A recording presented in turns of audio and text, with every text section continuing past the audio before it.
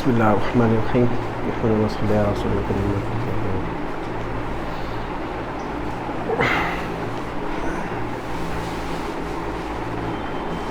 கடைசியாக என்ன பாயிண்ட் பேசணும் நம்ம?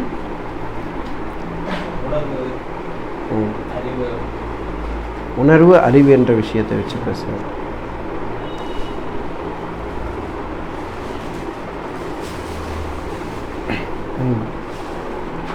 அப்போது இந்த விஷயத்தை, அதாவது வந்து இறைவன் இருக்கிறான் சொல்லக்கூடிய ஒரு விஷயத்தை இவங்க வந்து இறைவன் இருக்கிறான்னு சொல்லக்கூடிய விஷயத்தை ஆரம்பத்தில் பேசினாங்க. அதுக்கப்புறம் ஒரு சில தத்துவங்கள், சில விஷயங்களை கொடுத்து அதை வந்து பேசி முடித்த பிறகு அடுத்த ஒரு கொள்கை வந்து ஆரம்பித்தாங்க. தபாயின்னு சொல்லுவாங்க. அது என்ன சொல்லுவாங்க? தொய் பே அலிஃப் ஹம்சா ஐன் ஏ தபாயியும் தபாயி, சரியா? தபாயி கொள்கை. அதாவது வந்து இன்றைக்கி நம்ம நேச்சுரலிசம் சொல்லலாம். இதை என்ன சொல்லலாம்? இயற்கைவாதிகள் பெரும்பாலும் இந்த அடிப்படையில். அப்போது இந்த ஒரு விஷயத்தை வச்சு ஆரம்பித்தாங்க. என்ன? ஒரு படைப்பாளன் கிடையாது, ஒருத்தர் செய்தவன் யாரும் கிடையாது, நிகழ்ச்சியாளனோ அது செய்தவனோ அது அமைத்தனோ நிர்வகிக்கிறோனோ இந்த மாதிரியான ஒரு விஷயங்கள் எதுவுமே கிடையாதுன்னு சொல்லக்கூடிய ஒரு விஷயத்தை கொண்டு வருவதற்காக உருவாக்கப்பட்ட ஒரு கொள்கை, ஒரு கூட்டம் தான் இந்த கூட்டம். எப்படி எந்த விதத்தை வச்சு அவங்க கொண்டு வந்தாங்க நான் சொன்னேன்.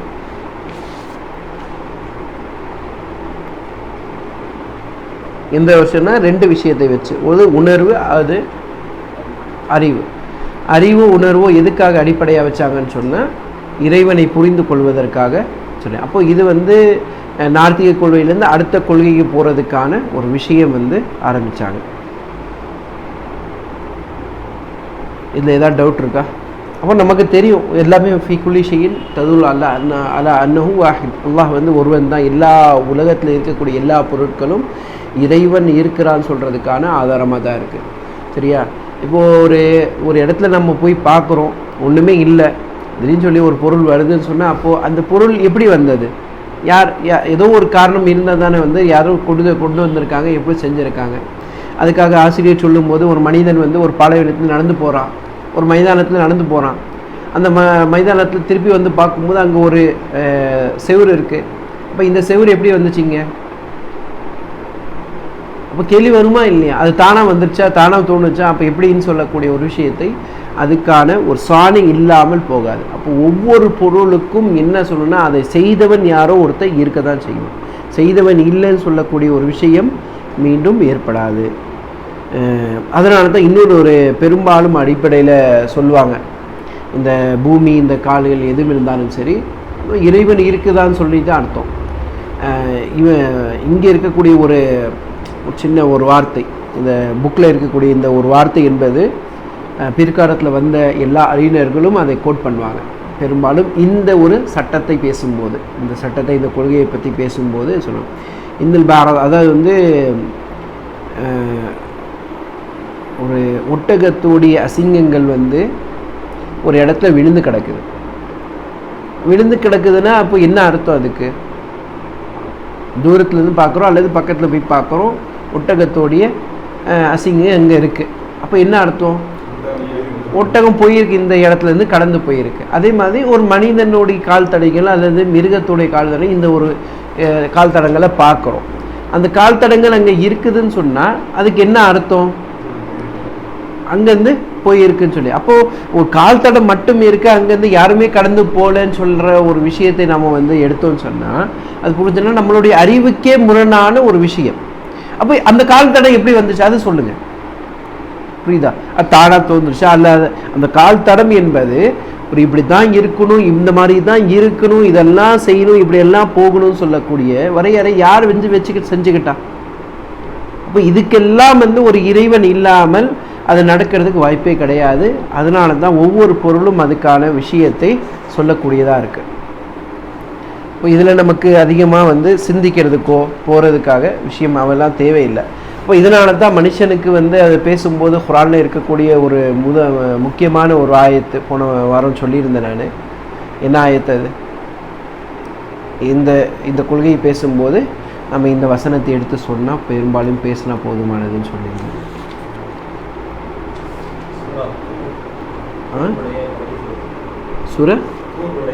தூருடைய கடைசி வசனம். மாஷா அல்லாஹ். அடுத்தது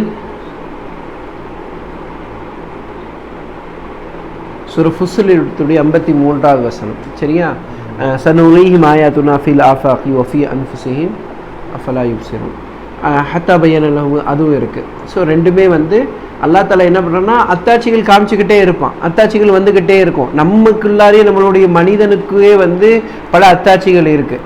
அப்போ அந்த அத்தாட்சிகளை வச்சு புத்தக ஆசிரியர் கூட என்ன செய்கிறான்னு சொன்னால், இதே வந்து மிகப்பெரிய ஒரு அத்தாட்சி.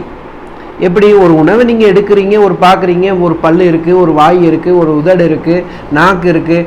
நாக்கு இப்படி தான் சொல்லணும், நான் இப்படி தான் பண்ணணும், இந்த பற்கள் இப்படி தான் இருக்கணும், இந்த வரி தான், இந்த வேலை தான் செய்யணும், அதுக்கப்புறம் ஜெமிக்கணும், இதை போகணும், இதெல்லாம் வந்து சேர்ந்து ஒரு வேலை செய்த அதெல்லாம் இப்படிப்பட்ட ஒரு பிளான் செய்யப்பட்ட, வரையறைக்கப்பட்ட, வடிவமைக்கப்பட்டது, ஒன்றுக்கு பிறகு ஒன்று செய்யக்கூடியது. இது எவ்வளோ நுணுக்கங்கள் இருக்குது. இப்படிப்பட்ட நுணுக்கங்களாக செய்யப்பட்ட ஒரு விஷயம் தானாக எப்படி தோண முடியும்? தானாக தோணுச்சுன்னு சொன்னால் அங்கே நிச்சயமாக என்ன ஏற்படும் சொல்லுங்க? அப்படி ஒரு விஷயம் தோணுது, தானாக தோணுதுன்னா அது நிச்சயமாக கோளாறோடு தான் இருக்கும். வரிசையோட அடிப்படையிலையோ அல்லது இந்த மாதிரி ஒரு அமைப்போட அடிப்படையிலையோ அதில் இருக்கக்கூடிய நுணுக்கங்கள் இல்லாமல் போயிடும். அப்போ உலகத்தை வந்து தானாக தோன்று இருக்குதுன்னு சொல்லி யார் சொன்னாலும் செஞ்சாலும், அது தானாக தோன்று இருக்குன்னா இந்த பூமி வந்து தானாக அந்த ஒட்டப்பாதையிலே தான் போகணும், இப்படி தான் போகணும், இப்படி தான் சொல்லணும், இந்த வளைவு தான் இருக்கணும்னு சொல்லக்கூடிய இன்னைக்கு நான் எத்தனை சைஸ் நீங்கள் சொல்கிறீங்க பூமியோடைய அந்த குறிப்பு, அந்த வார்த்தைகளை எடுத்து வச்சு பார்க்கும்போது உங்களுடைய வாதமே வந்து நிலை பெற மாட்டேங்குது. ஸோ என்ன ஆகுதுன்னு சொன்னால் உங்களுடைய விஷயமே என்ன ஆகுதுன்னா, நீங்கள் வந்து ஒரு இறைவனுடைய விஷயத்தோடைய அந்த ஆற்றலோ அந்த விஷயத்தை வந்து ஏற்றுக்கொள்ளாமல் அது மறுப்பதற்கான விஷயங்களாக என்ன பண்ணிக்கிறீங்க, உங்களுடைய அறிவை வந்து கொண்டு வந்து வச்சுக்கிறீங்க. அப்போது இறைவனை இங்கே வந்து ஒரு மனிதன் பார்த்து தான் நம்பிக்கை கொள்ளணும்னு அவசியமா? கேள்வி வரும். கரெக்டா? பார்க்கணுன்னு அவசியமா அல்லது உருவம் இருக்கணும்னு அவசியமா? நான் உணரணும் இருக்கு, ஓகே. நான் ஒருத்தரை பார்த்து தான் நம்பிக்கை கொள்ளணும்னு அவசியமா? பார்த்தா நல்லது தானே மனிதன். எப்படி சொல்றீங்க? ஆமாம், நம்பர் எல்லாரும் பார்த்துற நம்பர் வந்து இறைவன் இருக்கிறான்னு வச்சுக்கோமே. இறைவனை பார்த்து நம்பினா என்ன, ஒன்றும் பிரச்சனை இல்லையே. புரியல சத்தமா?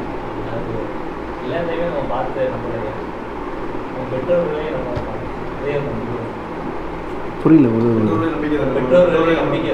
நம்பிக்கை தான். சரி, அதுதான் சொல்றேன். இப்போ இறைவன் இருந்துட்டானா கேள்வியே இல்லையே. இதனால தானே ஒரு கொள்கை, இதனால ஒரு சந்தேகம், கேள்வியே இல்லையே. அப்போ நான் இறைவன் இருந்துட்டா வேலையை முடிஞ்சப்பா, இறைவன் இருக்க சொல்ல. சரியா? இப்போது வந்து சில சகோதரருடைய ஒரு கொள்கை, அதாவது வந்து இந்துஸோடைய சில சகோதரர்களுடைய சில கொள்கைகள் இருக்குது, சில நபர்கள், சில கடவுள்கள் இருக்காங்க. அந்த கடவுளுடைய சில சித்திரங்கள் அல்லது சிறப்பம்சங்கள், சில வடிவங்கள் அமைக்கப்பட்டதே எப்போது, எந்த காலத்தில்?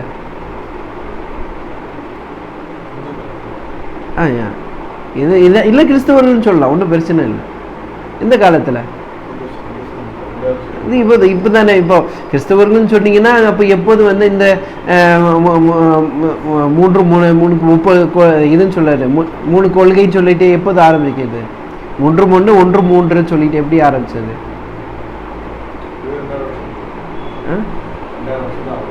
2000 இது தானே இப்போது ஆரம்பித்தாங்க.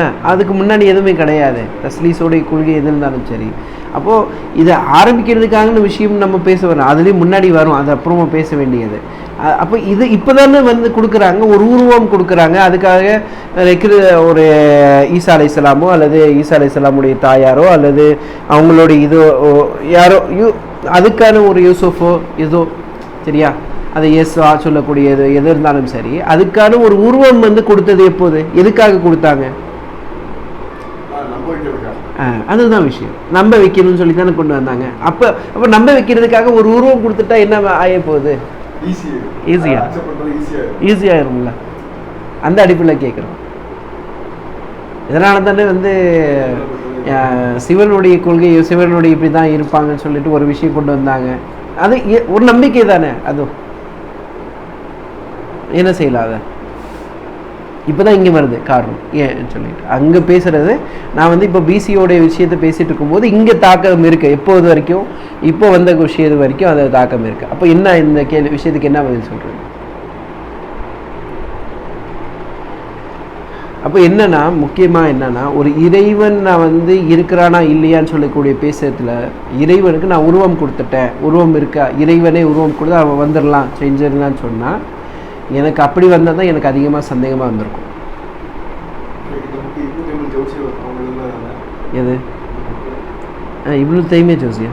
இல்லை இல்லை இல்லை, அது வேற. இப்னு ஜோசி வேற, இப்னு கையும் ஜோசி வேற, இவர் வேற. நான் ஆரம்பத்தில் அபுல் ஃபர்ஜுன்னு சொன்னேன். இப்போ சமீபத்தில் தான். ஏன் அப்போ இவங்க வந்து அதுதான் இப்போ இவங்களுக்கு நீங்கள் சொன்னீங்கன்னா இவருடைய பெயராயிஷை இவங்களுக்கு சொன்ன அபுல் ஃபர்ஜுன்னு சொல்லுவாங்கன்னு சொல்லக்கூடிய ஃபஸ்ட்டு ஆரம்பத்துலேயே படிச்சுட்டோம்ல. சரியா? சரி, அது நமக்கு ரொம்ப முக்கியமானது. இப்போ என்னன்னா இவர் வந்து 597 ஹிஜ்ரி. சரியா? ஓகே, நமக்கு அந்த முக்கியமான விஷயம் வந்துடுவோம். இப்போ மனிதனுக்கு இப்போது சந்தேகம் ஏற்பட்டு போகுதுன்னு சொன்னால் அப்போ என்ன ஆகும்னு சொன்னால் அவன் ஒரு உருவத்தில் வந்தால் தான் எனக்கு சந்தேகம். உருவத்தில் அவன் இல்லைன்னு சொன்னால், ஒரு இல்லத்தை முன்னாடி வரலன்னு சொன்னால் எனக்கு சந்தேகம் வந்திருக்காரு. ஏன் அப்படி நம்ம சொல்கிறோன்னு சொன்னால் இப்போ நம்ம என்ன பண்ணோம், இறைவனுக்கு ஒரு என்னுடைய அறிவை கொண்டு என்னுடைய உணர்வை கொண்டு தான் நான் வந்து புரிந்து கொள்ளுன்னு சொல்லிட்டு வந்துச்சுன்னு சொன்னால் அப்போ இறைவனுடைய விஷயத்தை நான் வந்து என்னுடைய விஷயம். அப்போ அவன் எப்படிப்பட்டவனாக இருக்கணும், அவன் எப்படிப்பட்டவனாக இருக்கணும்னு சொன்னால் என்னுடைய அறிவுக்கு அப்பாற்பட்டவனாக இருக்கணும், என்னுடைய உணர்வுக்கு அப்பாற்பட்டவனாக இருக்கணும், என்னுடைய அறிவில் என்னுடைய பார்வையில் அடங்காதவனாக இருக்கணும் அவன். அப்போதான் நான் அதை வந்து நம்பிக்கை கொள்ள முடியும். அப்போதான் வந்து இறைவனுன்னு சொல்ல முடியும். என்ன அவன் ஒரு இதுக்குள்ளார வந்துடுறான்னு சொன்னால், ஒரு வரையறைக்குள்ளார வந்துடுறான்னா அப்படிப்பட்ட ஒரு இறைவன் கிடையாதுல்ல. புரியுதா? அவனுக்கு வரையறை கொடுத்துக்கிறது என்பது இறைவன் கிடையாது. அதனால தான் எனக்கு ஆரம்பம் இருக்குது, முடிவு இருக்குது, எனக்கு இது இருக்குன்னு சொன்னால் அது சரி கிடையாது ஒரு இறைவனுக்கு. அதனால தான் அல்லாஹ் சுப்ஹானஹு வ தஆலா என்ன செஞ்சுருக்கான்னு சொன்னால், ஒரு உதாரணத்துக்கு நம்ம மனிதனுக்கு புரிய வைக்கிறதுக்காக நம்ம வந்து ஒரு உதாரணத்தை சொல்லிக்கலாம். இப்போ நான் வந்து இங்கே உட்கார்ந்து நான் செயல்பட்டு இருக்கேன், மாணவர்கள்லாம் உட்கார்ந்துட்டு இருக்காங்க. ஏன் முன்னாடி மாணவர்கள் எப்படி இருப்பாங்க, நார்மலாக உட்காந்து நடந்துட்டு இருப்பாங்க. நான் இங்கேருந்து எந்திச்சு போயிட்டேன். இப்போ இந்த மாணவர்கள்லாம் இருக்காங்க, ஏன்னா இல்லவே இல்லை. அப்போது இங்கே ஒரு உஸ்தாத் இருந்ததுக்கான விஷயம் வந்து மதிக்கப்பட வேண்டும், இது செய்யப்படணும்னு சொன்னால் எதை வச்சு நம்ம செய்வோம், அங்கே இருக்கக்கூடிய மாணவர்களோடு சரியான நடவடிக்கைகள் வைத்து தான் பண்ணுவோம். அவங்க என்ன பண்ணணும், உஸ்தாத் இருந்த மாதிரி இப்போ இருந்தாங்களா, இல்லாத மாதிரி நேரத்துலையும் கரெக்டாக நடந்துட்டு போயிருந்தாங்கன்னா தான் அதுதான் மரியாதை. புரியுதா? அப்போ நீ வந்து இருக்கும்போது வேற விதமா, இல்லாத போது வேற விதமான்னு சொல்லும் போது அது இறைவனுக்கு தேவை இல்லையே, அவசியம் இல்லையே. அப்போ ஒரு மனிதரை உருவாக்குறதுக்கு, இந்த உலகம் உருவாக்குறதுக்கு காரணமே தேவையில்லையே. அப்போ எதுக்கு நீ நான், அவசியமே இல்லையே. அப்போ எதுக்கான நோக்கமோ எதுக்கான விஷயமோ இல்லாம என்ன ஆயிரு போயிரும், எல்லாமே வந்து அல்லாஹ் சுப்ஹானஹு வ தஆலா உருவாக்குனது காரணம் என்ன, அய்யுக்கும் அஹ்ஸனு அமல, அந்த அமலுக்கான அந்த விஷயத்துக்கான அடிப்படையே இல்லாம போயிடும். அப்போ இதுதான் வந்து மனிதனுக்கு வந்து என்ன சொன்னால் அவனுடைய அறிவை உட்படுத்தி அதை வரையறை கொடுக்கணும்னு சொல்லி போகும்போது ஏற்பட்ட விளைவு. புரிஞ்சா? அப்போது இது தேவையில்லை, ஒரு உருவம் தான் வேணும், எனக்கு வந்து இப்படி பண்ணியிருக்கணும், இப்படி செய்யணும்னு சொல்கிறது அடுத்த கொள்கையை அவங்க கொண்டு வந்து வாதத்தை எடுத்து வைக்கிறாங்க. அது வந்து நமக்கு அவசியம் இல்லாத ஒன்று.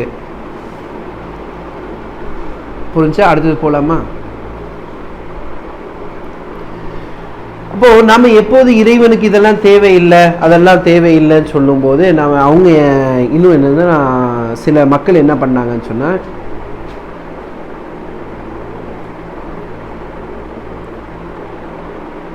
இந்த உலகத்தில் இருக்கக்கூடிய ஒவ்வொரு பொருள்கள்ட்டையும் வந்து என்ன இருக்குதுன்னு சொன்னால் தானா தோன்றிய ஒரு குணம் இருக்கு, தானா உருவாக்க, அது வந்து எதுக்குமே கிடையாது, அல்லாஹ் தான் வந்து முழுக்க முழுக்க சொல்கிறான். அப்போ இவங்க என்ன சொல்கிறாங்கன்னு சொன்னால், தானாக அது தோணக்கூடிய அடிப்படையில் சில இயற்கை விதமான சில விஷயங்கள் இருக்குது. அதனால இவங்க நடந்துட்டுருக்கு. இப்போ நம்ம என்ன செய்கிறோம்னு சொன்னால், இயற்கையில் இருக்கக்கூடிய விஷயங்கள்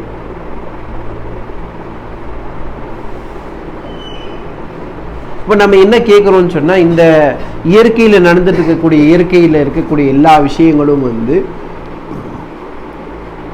கேட்கக்கூடியது என்னன்னா, ஃபாயிலா இருக்கா? அது ஒரு செயல் தான். ஃபாயில்னா செய்யக்கூடியவனா இருக்கா, தானா செஞ்சுக்கக்கூடியவனா இருக்கா, அதே உருவாக்கக்கூடிய, அதாவது மற்றது ஏதாவது உருவாக்கக்கூடியதா இருக்குதான்னு சொல்லி கேள்வி தான் நம்ம அதிகமாக கேட்குறோம். அப்போ ஃபாயிலான விஷயம் எதுவுமே கிடையாது. ஃபாயில்னா செய்யக்கூடியவன். இயற்கை என்பது செய்யக்கூடியதா இருக்கா, அதே செய்யது தான், அதே செய்யப்பட்டது தான். இப்போ செய்யப்பட்டதுன்னு சொல்லக்கூடிய ஒரு பொருள் இருக்கும்போது செய்தவன் யாராவது தான் இருக்க முடியும்.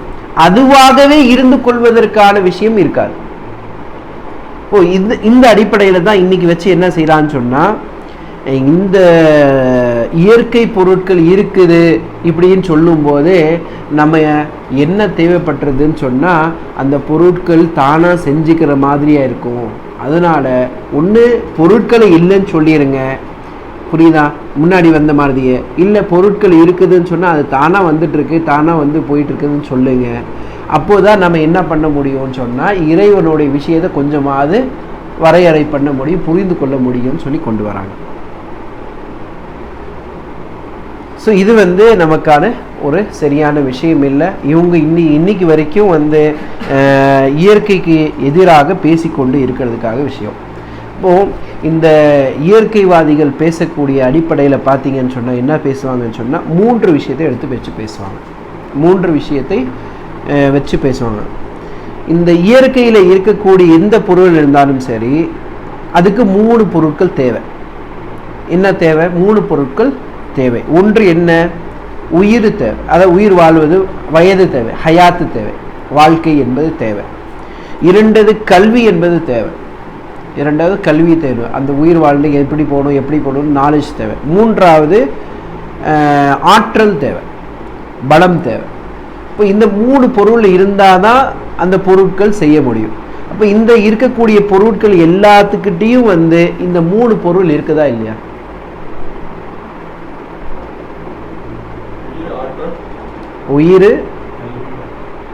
உயிர்னா வாழ்க்கை, வாழ்க்கை, கல்வி, பலம், ஆற்றல். ஒவ்வொரு பொருள்கிட்டையும் இருக்கா?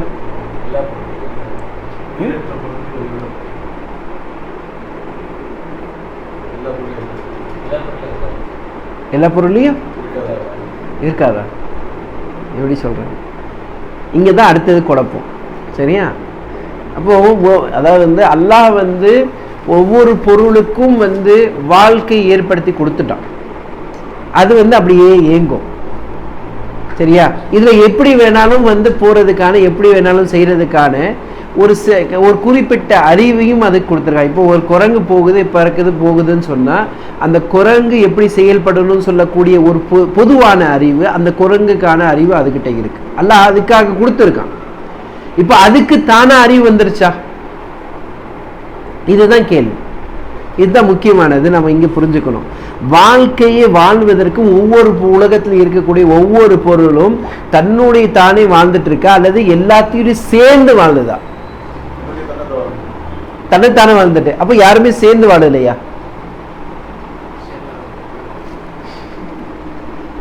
சேர்ந்து வாழுது. அதுதான் அடுத்தது. இதுல தான் குழப்பம். நான் சொன்னேன்ல, வாழ்க்கை, இல்மு, பலம், இது எல்லாமே அல்லாஹ் சுப்ஹானஹு வ தஆலா என்ன செஞ்சுட்டான்னு சொன்னா, இது அல்லாஹ்வுடைய ஒருத்தன் செய்யறதுக்கான ஒரு வழிமுறை. இப்போ தானே ஒவ்வொருத்தனா செஞ்சுக்கிறான்னு சொன்னா அவன் நிச்சயமா அவனுக்கு தகுந்த மாதிரி தான் பண்ணிக்குவான். அவனுக்கு தகுந்த மாதிரி தான் பண்ணுவான். எனக்கு இப்படி தான் வாழ்க்கை வேணும்னு சொல்லி அவன் அப்படி வாழ்க்கை போட்டுக்குவான். அவனுக்கு இருக்கக்கூடிய கல்வியை வைத்து அவன் வந்து வரை கோர்பட ஆரம்பிச்சிருவான். புரியுதா? இப்படி ஒவ்வொன்றுமே போக ஆரம்பிச்சிடும். இப்போ இயற்கையில இருக்கக்கூடிய நபர்கள் வந்து என்ன சொல்றாங்கன்னு சொன்னா, ஒவ்வொன்றும் அவருக்கான விஷயத்தை வச்சு அவரையே போனதுனால அப்படியே போயிட்டு இருக்கு, சேர்ந்துட்டு. புரியுதா? அப்படியே போயிட்டு இருக்கா, தானா தோணி அப்படியே நடந்துட்டு இருக்கு. அப்படி உலகம் வந்து தானா தோண்டி ஒரு எங்கேயோ போயிட்டு இருக்கு. அழிவு இல்லாத வரைக்கும் போயிட்டே இருக்கும், அழிவு இல்லாத வரைக்கும் அப்படியே நடந்துட்டே இருக்கும் தொடர்ச்சியா. இது போச்சுன்னா அடுத்தது வரும், இது போச்சுன்னா வேற ஏதாவது வரும். இப்படி வந்து ஒரு வரையறை இல்லாத, ஒரு சரியான நடை இல்லாம, ஒரு கோர்வை இல்லாம சொல்லக்கூடிய வாதம் தான் அவங்க எடுத்து வைப்பாங்க. எதுக்காக இந்த வாதம் எடுத்து வைக்கிறாங்க சொன்னா, அல்லாஹ் காலிக் கிடையாது, புரியுதா? காலிக் இல்ல, சானி செய்தவன் யாரும் கிடையாது, முதப்பிர் நிகழ்ச்சியாளனோ ஒரு பிளானரோ அல்லது ஒரு ஆர்கனைசரோ ஒரு செய்தவன், சரியா, ஒரு விஷயத்தை கட்டுப்படுத்தி செய்யக்கூடியவன், அது எதுவுமே வந்து கிடையாது. இப்படி ஒரு விஷயத்தை செய்தவன், நிர்வகிக்கிறவன், சரியா, ஒருத்தன் கிடையாதுன்னு சொல்லக்கூடிய விஷயத்தை கொண்டு வர்றதுக்கு தான் இந்த தத்துவத்தை எடுத்து வைக்கிறார். புரியுதா? இப்போ நீங்க ஒவ்வொரு பொருள்கிட்டையும் வாழ்க்கையும் இருக்கு, அதுக்கான குறிப்பிட்ட அளவும் இருக்கு, குறிப்பிட்ட பலமும் இருக்கு. இருக்குதா இல்லையான்னு சொன்னா இருக்கதான் செய்யும். இது அல்லாஹ் ஏற்படுத்தி கொடுத்திருக்கிறது ஒரு இயல்பு, இறைவனுடைய இயல்பு. இறைவன் அதுக்கு ஏற்படுத்தி தரலன்னு சொன்னா இறைவனுடைய அநியாயமாயிரும். இறைவன் எனக்கு வந்து அறிவு கொடுத்திருக்கான், உங்களுக்கும் அறிவு கொடுத்திருக்கான். இப்ப 2 பேருடைய அறிவு சமமா? மனிதனுக்கு அறிவு இருக்குதானே, மனிதனுக்கு அறிவு கொடுத்துட்டா. என்னுடைய அறிவும் உங்களோட அறிவும் ஒண்ணா? கிடையாது. அப்ப ஏன் வந்து ஒண்ணு இல்லை? 2 பேரும் எல்லாமே ஒண்ணு, மேல இருந்து கீழே ஒண்ணு தானே. அப்போ இயற்கையாக இருக்குதுன்னு சொல்லி நீங்க கொண்டு வந்திருந்தா என்ன நடந்திருக்கணும்?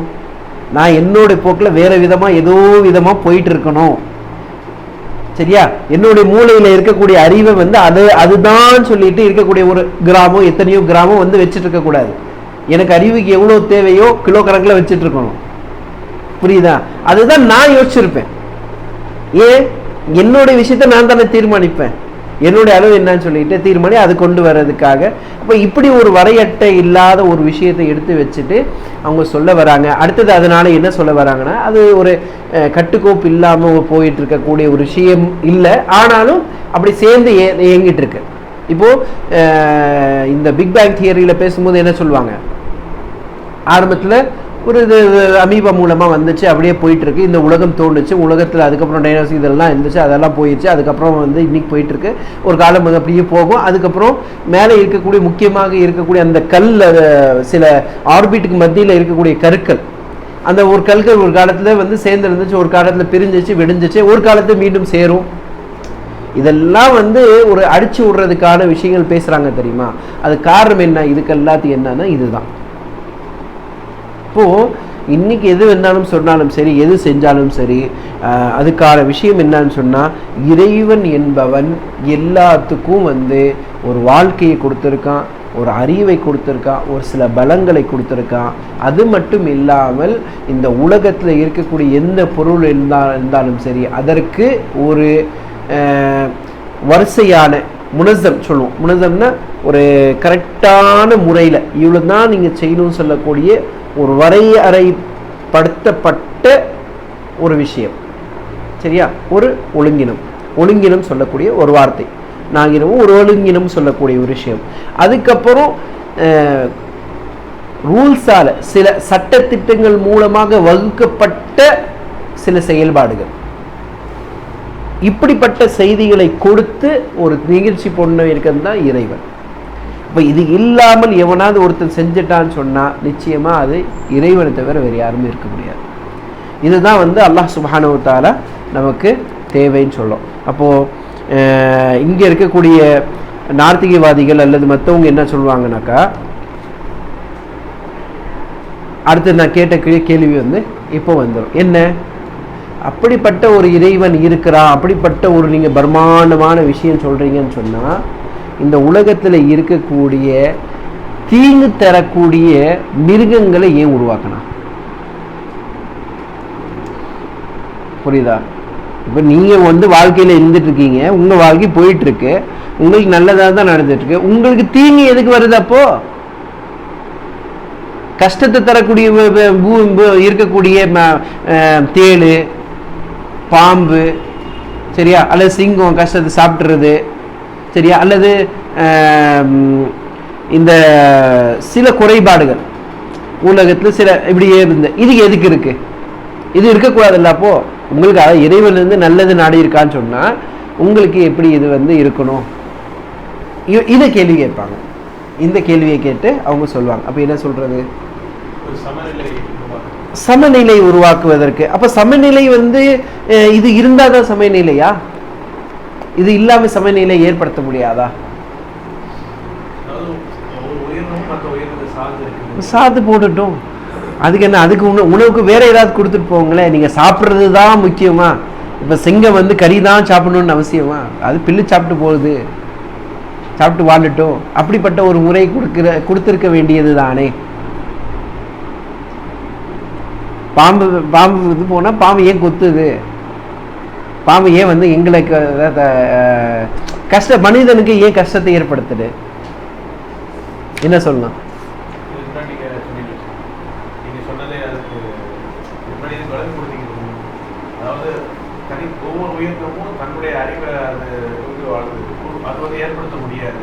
அப்போ நம்ம என்ன பண்ணணும்? சிம்பிளா இந்த கேள்வியை உங்கள்கிட்டயே நான் கேட்குறேன், நீங்க தான் சொல்லணும் எதுக்குன்னு கேட்டோம்.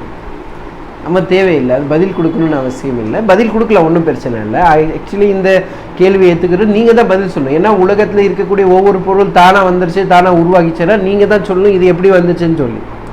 விஷயத்துக்கு தான் நான் ஒரு பாம்பு, ஒவ்வொரு பாம்புக்கு ஒவ்வொரு விதமான விஷயம் இருக்கா, நீங்கள் தான் சொல்லணும் எப்படி விஷம் வந்துச்சுன்னு சொல்லிட்டு. எப்படி இந்த பாம்புக்கு தோணுச்சுன்னு நீங்கள் தான் சொல்லணும். எனக்கு தெரியாது. இறைவன் படிச்சுட்டா அது ஒரு நினைச்சு போகக்கூடிய நம்பிக்கை வச்சிருக்கக்கூடிய நான் இறைவனுடைய ஒரு படைப்புன்னு நினைக்கிறேன். அது மூலமா வந்து பல நன்மைகள் எனக்கு வச்சிருக்கலாம். அது எனக்கு தெரியாம இருக்கலாம் நினைக்கக்கூடியவன் நான். அது நீங்க வந்து என்ன சொல்றீங்க? இதெல்லாம் வந்து இயற்கையில வந்துருச்சுன்னு சொன்னா, அப்போ இயற்கையில நல்லதா இருந்து ஒரு அமீபா நல்லது தானே இருந்துச்சு, அதுக்கப்புறம் அது செடியா மாறிச்சு, அது செடியா இருந்தது நல்லது தானே வந்துட்டு இருந்துச்சு. திடீர்னு சொல்லி தீங்க கொடுக்கக்கூடிய டைனோசர் எல்லாம் எங்கேருந்து வந்துருச்சு? அது எப்படி வந்துச்சு? நீங்க தான் சொல்லணும். அப்போ அதுலேருந்து வரக்கூடிய தீங்கோ கஷ்டமோ எப்படி வந்துச்சுன்னு சொல்லக்கூடிய ஒரு வரையறையோ ஒரு தெளிவையோ யார் கொடுக்கக்கூடியது இருக்கு? ஸோ அவங்ககிட்ட தான் நாம கேட்கணுமே தவிர நீங்கள் இதை வந்து நம்மக்கிட்ட கேட்கறது அவசியமே இல்லை. சரி, அப்படி இருந்தாலும் நாம் என்ன பண்ணி பதில் தொடுறோம்? இதுதான் மனிதனுக்கான ஒரு கேள்வி, இதுதான் மனிதனுக்கான சோதனை. நீங்கள் எப்படி வாழ்கிற, எப்படி செய்கிற? மனிதனுக்கு நல்லது கெட்டதுன்னு சொல்லக்கூடிய விஷயத்தை தீர்மானிச்சான்னா அவனுக்கு நல்லது நடக்குதா கெட்டது நடக்குதான்னு தெரியும். இது நல்லதுன்னு நினைச்சா அவன் நல்லது தானான்னு சொல்லி அவனுக்கு தெரியாது. இறைவனை வகுத்துக்கிட்டது வேற. இது கெட்டது நினைச்சா அவனுக்கு கெட்டது தானான்னு சொல்லி அவனுக்கு தெரியாது. அதுல நல்லதும் இருக்கலாம். ஸோ இறைவனுடைய விஷயத்தை வைத்து நீ வந்து எடை போடுறதுக்கு நம்மளுடைய அறிவு பத்தாது. மாறாக நம்மளுடைய அறிவு வந்து நம்மளுடைய அறிவு தான்.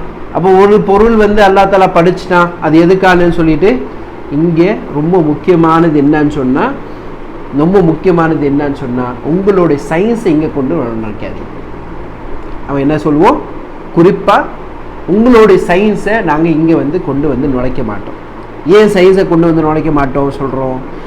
மீண்டும் கொள்கையோட விஷயமோ இறைவனுடைய விஷயமோ அதில் சயின்ஸோ நம்பிக்கையான விஷயத்திலையோ மார்க்கத்திலேயோ சயின்ஸ் என்பது எவ்வளோ பயன் தேவையோ உதவி என்பதுக்கு தான் நம்ம பயன்படுத்திக்குவோம். சரியா? உதவினா என்ன? நம்மளுடைய செயல்பாடு செய்து கொள்வதற்கு தான் உதவி. சரியா? செஞ்சு கொள்றதுக்கு தான் உதவியாக வந்து சயின்ஸை யூஸ் பண்ணிக்கவே தவிர நம்மளுடைய நம்பிக்கையை வந்து நிரூபிக்கிறதுக்கோ அல்லது நம்பிக்கையை வந்து தீர்மானிக்கிறதுக்கோ சயின்ஸ் வந்து தேவையே கிடையாது, அவசியம் இல்லை. சயின்ஸ் நிரூபிச்சு தான் நான் ஏற்றுக்கணும்னு சொல்லக்கூடிய இன்னைக்கு வாதம் எடுத்து வைக்கிறாங்க தெரியுமா? இதுதான் இன்னைக்கு இருக்கக்கூடிய புதுமையான நாத்திகவாதிகள். சயின்ஸை தான் புரிஞ்சுக்கணும். பல நபர்கள் இருக்காங்க, ஏன் நானே பேசியிருக்கேன். என்ன சொல்லுவாங்கன்னா, ஹதீஸில் இருக்கக்கூடிய விஷயங்களை அல்லது குரானில் இருக்கக்கூடிய விஷயங்களை நாங்கள் எப்படி வந்து நம்பிக்கை கொள்வது பலவிதமாக இருக்காங்க. சயின்ஸ் நிரூபிச்சான்னா அது இன்னைக்கு இருக்கக்கூடிய ஹதீஸ் வந்து சரியானதுலாம். சரி, ஹதீஸை எப்படி சரி காண்றதுன்னு சொன்னால் குரான் எப்படி சரி காணுன்னா சயின்ஸ் அதை நிரூபிச்சிடணும். சயின்ஸ் அதை ப்ரூஃப் பண்ணால் தான் இது சயின்ஸ் பண்ணுவாங்களாம். புரியுதா? அப்போ என்ன சொல்ல வராங்கன்னு சொன்னால் குறிப்பாக கேட்கணும். சயின்ஸ் என்பது காரணம்தான்.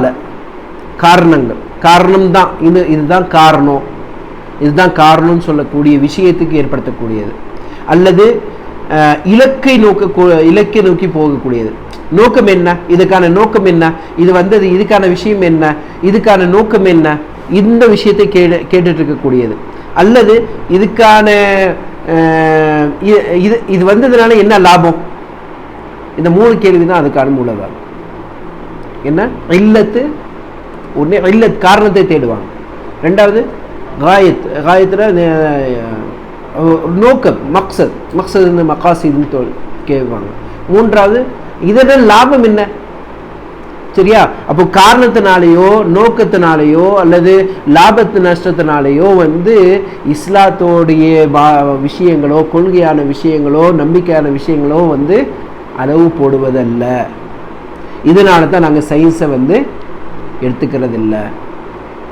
சரியா? இதுதான் சயின்ஸ் நமக்கு இஸ்லாத்தினுடைய மார்க்கத்தோடு நம்ம என்ன பண்ணுறோம், சயின்ஸை அளவு போட்டு நம்ம நம்பிக்கை வைக்கிறதில்ல. இதுதான் காரணம்னு சொன்னால் நம்ம தேவையில்லை, அந்த மாதிரி காரணம் தேவையில்லை. இதுதான் நோக்கம்னு சொல்லி சொன்னீங்கன்னா அது மாதிரி நோக்கம் தேவையில்லை. அந்த மாதிரி இதுதான் பொருளாதாரம், இதுதான் விஷயம் இருக்குதுன்னா நமக்கு தேவையில்லை. சயின்ஸ் நிரூபிச்சிருக்கலாம், அல்லது நாளைக்கு அதே பொய்ன்னு சொல்லலாம், அதுக்கு நமக்கு தேவையில்லை. குரானிய மார்க்கம் இஸ்லாமிய மார்க்கம் சொல்லிடுச்சா அது மீது நம்பிக்கை கொண்டு போகிறோம், அவ்வளோதான். இது சயின்ஸ் உறுதிப்படுத்துறதுனாலையோ உறுதிப்படுத்தாமல் போகிறதுனாலையோ இஸ்லாத்துக்கு எக்காரணம் கொண்டு என்ன பண்ணுறது, ஏற்றத்தாழ்வுகள் ஏற்பட போகிறது இல்லை. இஸ்லாத்துக்கு மாறும் நிலைத்துக்கு இருக்கும், நிலைத்து கொண்டே இருக்கும். சயின்ஸ் அது இன்றைக்கி சொன்னாலும் சரி, சயின்ஸ் சொல்லாமல் இருந்தாலும் சரி. இன்றைக்கி சயின்ஸ் அது மாதிரி இருக்குது. இதுக்கு ஒரு 10 வருஷத்துக்கு முன்னாடி இல்லாமல் இருந்துச்சு, இன்னும் 10 வருஷத்துக்கு முன்னாடி அது கூட இல்லாமல் இருந்துச்சு. இன்றைக்கி இஸ்லாம் என்னென்ன சொல்லுதோ பெரும்பாலான விஷயங்கள் அடிப்படையாக சாதாரணமாக சொல்லப்பட்டிருக்கக்கூடிய இஸ்லாத்தில் சாதாரணமாக சொல்லப்பட்டிருக்கக்கூடிய விஷயங்கள் இன்றைக்கி தான் உங்களுக்கு தீர்வு காணுது. இவ்வளோ அளவுக்கு உயர்ந்த சயின்ஸு கொண்டு வந்த பிறகு தான் உங்களுக்கு நம்பிக்கை கொள்ள முடியுதுன்னு சொன்னால் அப்படிப்பட்ட சயின்ஸ் எதுக்கு? தேவையில்லையே. இன்றைக்கி தான் அந்த உதாரணத்துக்கு நாயோடைய விஷயம் இருந்தாலும் சரி, நாய் ஒரு பாத்திரத்தில் நாய் வாய் வச்சிருச்சு, ஒரு எச்சி பட்டுருச்சுன்னா அதை 7 முறை கழுவணும். இப்படி ஒரு இஸ்லாமிய மார்க்கம் ஒரு வழிமுறை சொல்லுது. அதை நம்ம செஞ்சுட்டு போயிட்டே இருப்போம். அது சயின்ஸ் சொன்னதுனால தான் நாங்கள் செய்யணும்னு அவசியம் கிடையாது, அடிப்படையும் கிடையாது. ஆனால் இவங்க என்ன சொல்கிறாங்க, ஆமாம் இஸ்லாம் இன்றைக்கி கரெக்டாக தான் சொல்லியிருக்கு, இப்படி தான் பண்ணும்போது அது இதெல்லாம் அலையுது, இதெல்லாம் சொல்கிறேன். நீங்கள் சொல்கிறது நாங்கள் செய்யலை, நீங்கள் சொல்கிறதுனால நம்ம இதுக்கப்புறமும் ஜாஸ்தி பண்ணுறது போகிறதில்ல. அதனால் நம்ம என்ன இருக்குது, நீங்கள் ஒத்துக்கிட்டீங்க, நான் ஒத்தாமல் போங்க. இது இஸ்லாமிய மார்க்கத்தில் இன்றைக்கி அல்லாஹாலா சில விஷயங்களை ஆதாரமாக நிரூபிப்பதற்கான காரணம் நிரூபிப்பான், இல்லாமலும் போவான். சில உரிமை ஆயத்தில் அது இது இல்லாமல் இருக்கலாம். உங்களுக்கு அல்லாஹாலா ஒரு விஷயத்தை இதில் என்ன நன்மை இருந்துச்சுன்னு சொல்லக்கூடிய சில விஷயத்தை எடுத்து காமிச்சிட்டான். அதை நீங்கள் உங்களுக்கு கண் முன்னாடி நிரூபிச்சதுனால சில ஒரு எடுத்துக்காட்டின் மூலம் சில எக்ஸ்பீரியன்ஸ் மூலமாக தெரிஞ்சுக்கிறீங்க, அனுபவம் மூலமாக. அது என்பது நமக்கு முடிவுதாரம் கிடையாது. ஸோ இதுதான் இன்றைக்கி என்ன இருக்குதுன்னு சொன்னால், பெரும்பாலான நபர்கள் இஸ்லாமிய மார்க்கத்தில் இன்றைக்கி கூட என்ன செய்கிறாங்கன்னு சொன்னால், இந்த பூமியில் சில இடப்பட்ட ஒரு அதாவது குறைவான சில விஷயங்களோ, உலகத்தில் இருக்கக்கூடிய சில குறைவான மனிதர்களையோ, இந்த மாதிரி விஷயத்தை ஏன் படைக்கப்பட்டான், ஏன் படைக்க வந்துருச்சு, ஏன் வந்துருச்சுன்னு சொல்லக்கூடிய கேள்வி, அல்லது உலகத்தில் சில தீங்கு தரக்கூடிய பொருட்களோ நஷ்டத்தை கொடுக்கக்கூடிய பொருட்களோ ஏன் வந்துருச்சுன்னு சொல்லி கேள்வி கேட்டுட்டு என்ன செய்ய வைக்கிறாங்கன்னு சொன்னால், இந்த உலகம் என்பது முறையான விஷயத்தோடு இல்லாமல் இருக்கிறதுக்காக கூப்பிட்டு வருவாங்க. ஆனால் இறைவன் என்பது முறையோடு தான் வச்சுருக்கான், சமமாக வச்சுருக்கான். அது மட்டும் இல்லை, இதில் மனிதனுக்கு ஒரு டெக்ஸ்ட் மாதிரி வச்சுருக்கான், ஒரு எக்ஸாம் மாதிரி, ஒரு பரீட்சை காலமாக அவனுக்கு நடந்துட்டு இருக்கக்கூடிய ஒரு விஷயமா இருக்குது. ஸோ எல்லாமே இங்கே லாபம் நஷ்டம் என்ற அடிப்படை கிடையாது. புரிஞ்சா? வேறு ஏதாவது தேவை இருக்கா? இப்போ சொன்ன விஷயம் தெளிவாக இருக்குன்னு நினைக்கிறேன். இப்போ கடைசியாக இருக்கக்கூடிய ஒரு விஷயம் என்னன்னு சொன்னால், அப்படி நீங்கள் சொல்லக்கூடிய விஷயம் இருந்துச்சுன்னு சொன்னால், உலகத்தில் இருக்கக்கூடிய ஒவ்வொரு பொருளும் அதாவது தானாக தோணிட்டு வந்துச்சுன்னு சொன்னால், ஒரே பொருளில் இருந்து உலகத்தில் இருக்கக்கூடிய இத்தனை விஷயங்களும் வெவ்வேறு தன்மையோடு எப்படி பிறந்துச்சு எப்படி வந்துச்சுன்னு சொல்லி நீங்கள் தான் சொல்லணும். புரியுதா? உதாரணத்துக்கு நம்ம என்ன சிம்பிளாக எடுத்துக்கலாம்னு சொன்னால், தண்ணீர் மூலமாக தான் எல்லாமே வந்திருக்கு. அல்லாஹ்வும் சொல்லியிருக்கா, இதுவும் வச்சுருக்கு. இப்போ தண்ணீர் மூலமாக எல்லாமே வந்திருக்குதுன்னு சொன்னால், அப்போது இதில் இருக்கக்கூடிய ஒவ்வொரு பொருளும் இங்கே ஆசிரியரும் அது சில விஷயத்தை கொடுக்குறாங்க. உதாரணத்துக்கு பழங்கள் வெவ்வேறாக இருக்குது. அதே மாதிரி பழங்களில் இருக்கக்கூடிய ஒவ்வொரு பழம் வெவ்வேறு விதமாக இருக்காங்க. அது எல்லாத்துக்கும் மூலாதாரம் எது இருக்குது? தண்ணீர் மூலமாக தான் வருது. அதே மாதிரி தானியத்தில் கோதுமை இருந்தாலும் சரி, அரிசி இருந்தாலும் சரி, அதெல்லாம் எப்படி இருக்குது? அதெல்லாம் வெவ்வேறு விதமாக தான். அது எதுக்குமே மூலாதாரம் எது? தண்ணீர் தான். அப்போ தண்ணீர்லேருந்து தான் எல்லாமே மாற்றம் உயிர் பெற்று வருதுன்னு சொல்லும்போது, அது தண்ணீருடைய தன்மைகள் சில தன்மைகள் தானே இருக்குது. மற்ற விஷயங்கள் எல்லாம் எங்கேருந்து வந்துச்சு? அப்போ அது யார் செஞ்சாங்க, அது யார் பண்ணாங்க? அதுக்கான பதில் தாங்க. அல்லது நீங்கள் வந்து சொல்லக்கூடிய விஷயத்தை பார்த்தீங்கன்னு சொன்னால் இந்த சூரியன் இருக்குது. அப்போ சூரியனில் இருந்த ஒரு சில விஷயத்துக்கு வந்து உண்மையிலே பார்த்தீங்கன்னா சில உறிஞ்சி எடுக்குது, சில விஷயத்துக்கு தருது. அப்போ இப்படிப்பட்ட விஷயங்கள் இன்னைக்கு வந்து நீங்கள் இப்போ கண்மூடித்தனமாக வைக்கிறதுக்கான விஷயமே இல்லை, நீங்களே நம்பிட்டு இருக்கக்கூடிய விஷயம். அந்த மாதிரி செஞ்சுட்டு இருக்கும்போது எப்படியெல்லாம் இறைவனோடு இந்த சுழற்சிகள், கால சுழற்சிகள் நடந்துட்டு இருக்கக்கூடிய விஷயங்கள் இன்னைக்கு ஆதாரமாக இருக்குது. நீங்கள் தான் புரிஞ்சுக்கணுமே தவிர நாங்கள் உங்களை புரிய வைக்கணும்னு அவசியமே இல்லை. ஸோ அதனால தான் அல்லாஹ் சுப்ஹானஹு வ தஆலா என்ன பண்ணியிருக்கான்னு சொன்னால், அந்த தண்ணீரோட விஷயம் இருந்தாலும் சரி, அல்லாஹ் தஆலா ஒரு தெளிவான ஒரு விஷயம் வந்து சூரத்து ராஅத்ல 24வது 21வது வசனம் தெளிவாக இருக்குது. இதில் அது ஒரு பதிலாக எடுத்து வைக்கிறாங்க.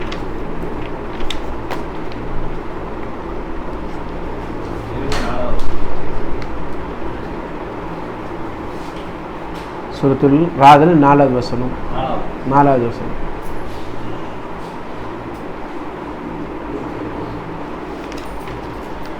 சரி, முடிச்சுக்குவோமா?